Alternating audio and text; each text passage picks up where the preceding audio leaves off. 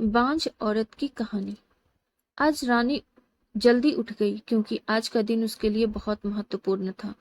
अकेलापन दूर करने के लिए, अपने लिए जीने का एक कारण घर लेकर आ रही थी। देखा जाए तो बहुत खुश भी थी और थोड़ी सी नाराज भी थी, क्योंकि पिछले 7 साल की यादें उसे रात भर सोने नहीं देती थी और अब स्वस्थ बैठने भी नहीं देती थी। चाय का कप लेकर वह गैलरी में आकर बैठी और गुजरा हुआ कल उसके आंखों के सामने आ गया। बेटा, तुम्हें ऐसे नहीं करना चाहिए था। शादी होने के बाद उसे अंत तक निभाना आना चाहिए। ऐसा ही समझो कि तुम्हारा नसीब ही खराब है। कोई क्या करेगा। अगर माँ बन सकती तो बात ही अलग होती। मैं माँ नहीं बन सकती, इसमें मेरी क्या गलती है? यह सब मेरे हाथों में नहीं है। क्या माँ नहीं बन सकती मतलब मैं इंसान नहीं हूं क्या? मेरी कोई फीलिंग्स नहीं है।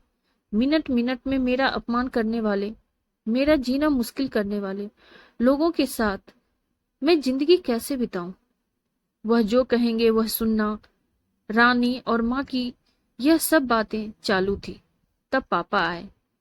ये देखो बेटा, मैं तो एक कपड़े की दुकान पर काम करता था।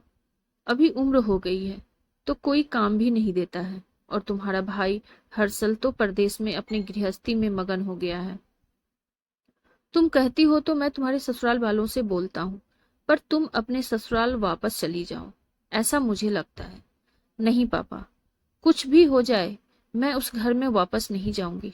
वहां पर मुझे घुटन सी होती है। वहां मिलने वाला अपमान, बेइज्जती से मैं थक चुकी हूँ। शादी के पहले मैं मेरे पैरों पे खड़ा रहना चाहती थी, पर मेरा ग्रेजुएशन होते ही आपने मेरी शादी करवा दी और मैंने आपके दबाव में आकर शादी करी।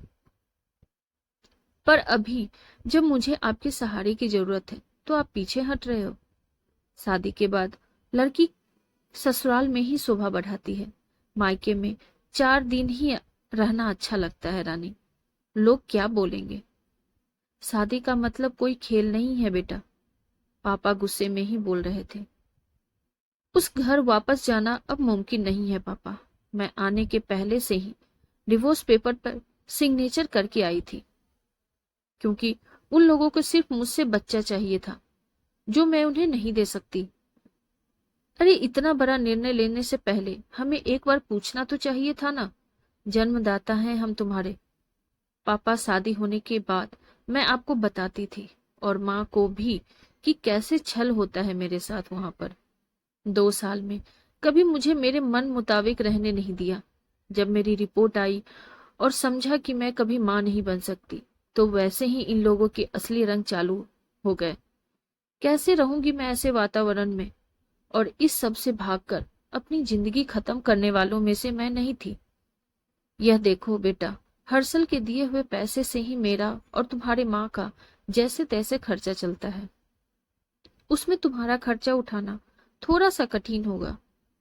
डिवोर्स पेपर पर साइन करने से पहले इस सब का विचार मैंने किया था। मेरे पास के सोने के गहने लेकर मैं आई हूँ और एजुकेशन लोन निकालकर मैं 6 महीने का एक कोर्स करने वाली हूँ, जिसकी आज मार्केट में बहुत जरूरत है। उसके बाद मुझे अच्छी कंपनी में नौकरी मिल सकती है। मैं आपके ऊपर आर्थिक बोझ नहीं डालूंगी पापा। मुझे जीवन जीना है। संघर्ष करूंगी और कमाऊंगी, विश्वास कीजिए मेरा। सब लोग क्या बोलेंगे बेटा? क्या जवाब दोगी उन्हें? माँ आंखों का पानी छुपाते हुए बोली। माँ बोलती थी कि वक्त आया तो सच क्या क्या है बोल देना चाहिए। जब मुझे ससुराल में जानवरों की जैसा बर्ताव हो रहा था, तब कहाँ गए थे यह लोग? समाज में बड़ा करो, शादी कर दो बस, शादी कर दो बस, इतनी ही जिम्मेदारी समझते हैं।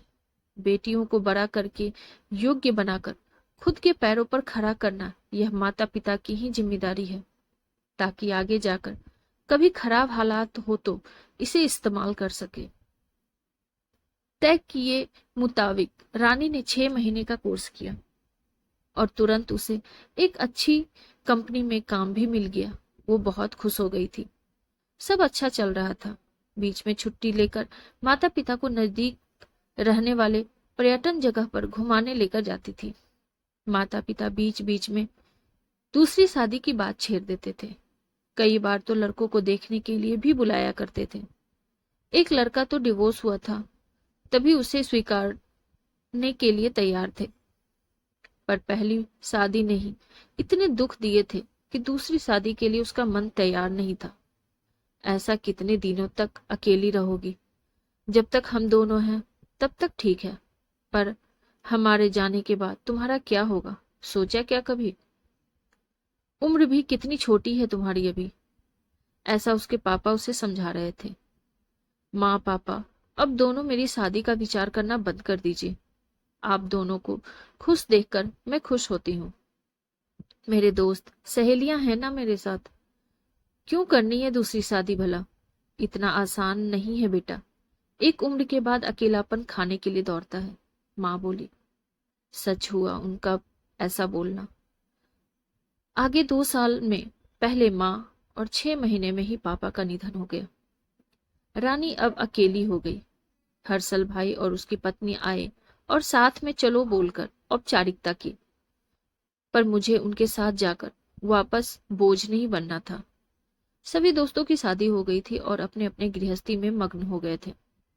जीने के लिए कोई लक्ष्य मिल ही नहीं रहा था। छुट्टी के दिन ऐसे ही एक मैगजीन पढ़ते समय उसे सिंगल मॉम पर एक बात पढ़ने के लिए मिली और उसे जीने का उद्देश्य मिला। उसने उस दिन तय किया और एक 10 साल की लड़की को गोद लेने का प्रयास चालू किया।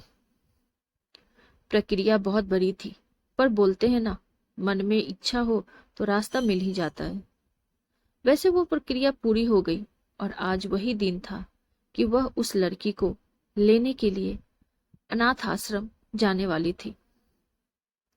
उस लड़की को घर लाकर वह माँ नहीं बन सकती, इस सोच पर और उस पर होने वाले सभी आरोपों को मिटा देना चाहती थी।